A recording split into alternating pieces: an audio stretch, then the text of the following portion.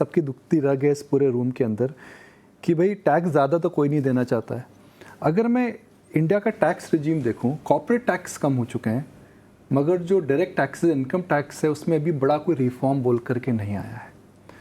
और it hurts you when you see that भाई आप गाड़ी लेते हैं, आपको डिप्रिसिएशन बेनिफिट नहीं मिलता है, आपको as a salaried employ Feroz भाई बड़े बेनिफिट्स नहीं मिलते हैं। तो ये आपकी भी दुखती रग है, पूजा की भी दुखती रग है, आपकी भी दुखती रग है। ये दुखती रग का क्या इलाज है? हर मर्द का इलाज होता है, ये इसका क्या इलाज है?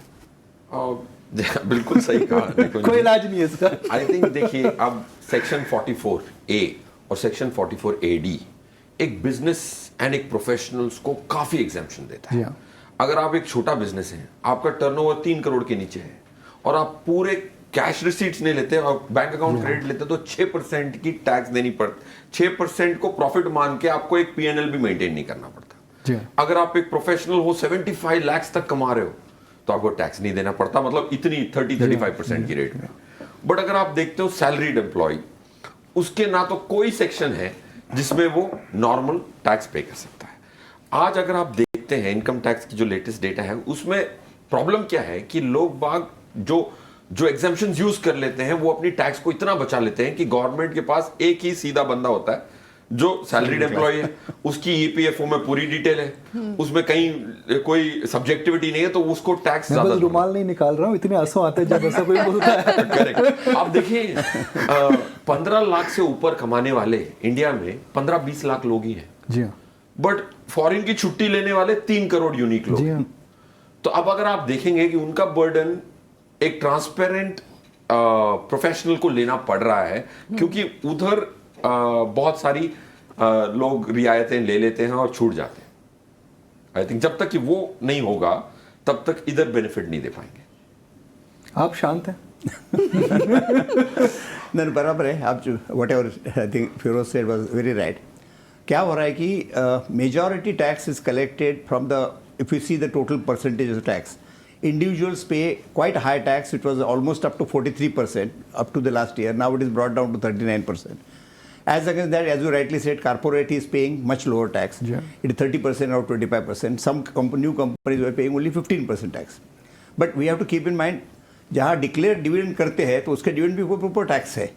So you have to see ultimate chain effect of that taxes. And ultimately share holder के हाथ में आता है कितना टैक्स पेमेंट के बाद वो हाथ में पैसा आता है। आप STT देते हैं, आप लॉन्ग टर्म देते हैं, आप शॉर्ट टर्म देते हैं, बिजनेस इनकम पे टैक्स है, GST टैक्स है, टैक्स ही टैक्स है, कमाई। So all this put together taxes are quite heavy. So I am saying salary, but I fully agree with you. Salaried class is the most hit class because that's a direct sources which gets immediately deducted, and there are वहाँ कोई नहीं. Professional के लिए जैसे किया कि there are some exemptions, presumptive taxation, वो salary class में कोई नहीं.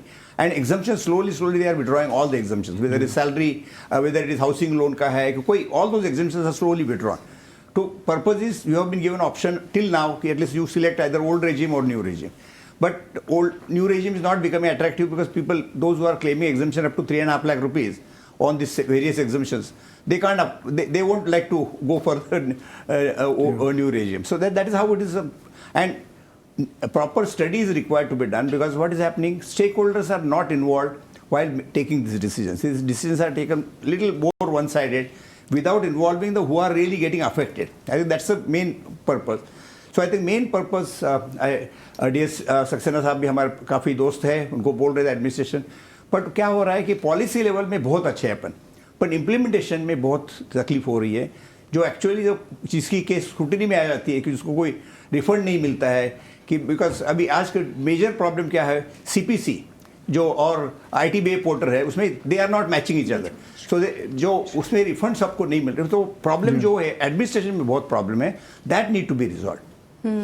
हमारे साथ बेजॉन मिश्रा भी मौजूद हैं, इंटरनेशनल कंज्यूमर पॉलिसी एक्सपर्ट भी हमारे साथ जुड़ चुके हैं. और क्योंकि GST और कॉर्पोरेट्स की बात हो रही है, सर आपसे भी समझना चाहेंगे, क्योंकि काफ़ी सारे छोटे कारोबारी भी हैं इस वक्त हमें देख रहे हैं, और ऐसे में सरकार ये भी कोशिश कर रही है कि स्टार्टअप्स के लिए भी ईज ऑफ डूइंग बिजनेस ऐसा माहौल क्रिएट हो, टैक्स हेवन उनको दिया जाए.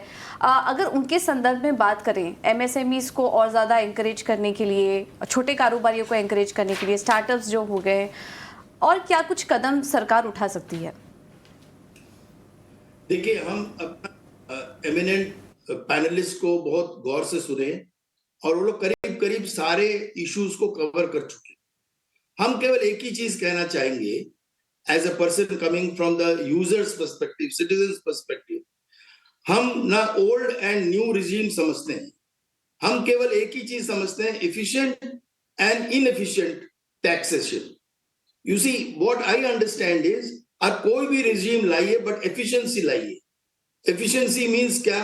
ट्रांसपेरेंसी होनी चाहिए, हमको पता लगना चाहिए कि हमारा टैक्स का पैसे किस ढंग से खर्चा हो रहा है, उसका इवैल्यूएशन कैसी होता है, उसका मॉनिटरिंग कैसी हो रही है, कैसे हम और इम्प्रूव कर सकते हैं सालाना।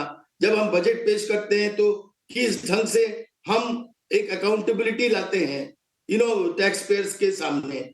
You see, and there is nothing as salaried class, non-salaried class, startups, ये सारे कैटेगरीज तो हैं, उस सारे कैटेगरीज को उस ढंग से एक इंसेंटिवाइज करनी चाहिए कि वो मुस्कुराते हुए टैक्सेशन दें, और वो दे भी रहा है। आप देख रहे हैं कि कैसे कलेक्शंस बढ़ रहा है, tax collections year after year हम लोग का बढ़ रहा है, और इसलिए बढ़ रहा है क्योंकि अब लोग आना चाहता है, टैक्सेशन नेट पे आना चाहता है, उनको एक महसूस होता है कि हमको भी देना चाहिए, देश की प्रगति के लिए, देश को आगे ले जाने के लिए हमको भी टैक्स देना चाहिए।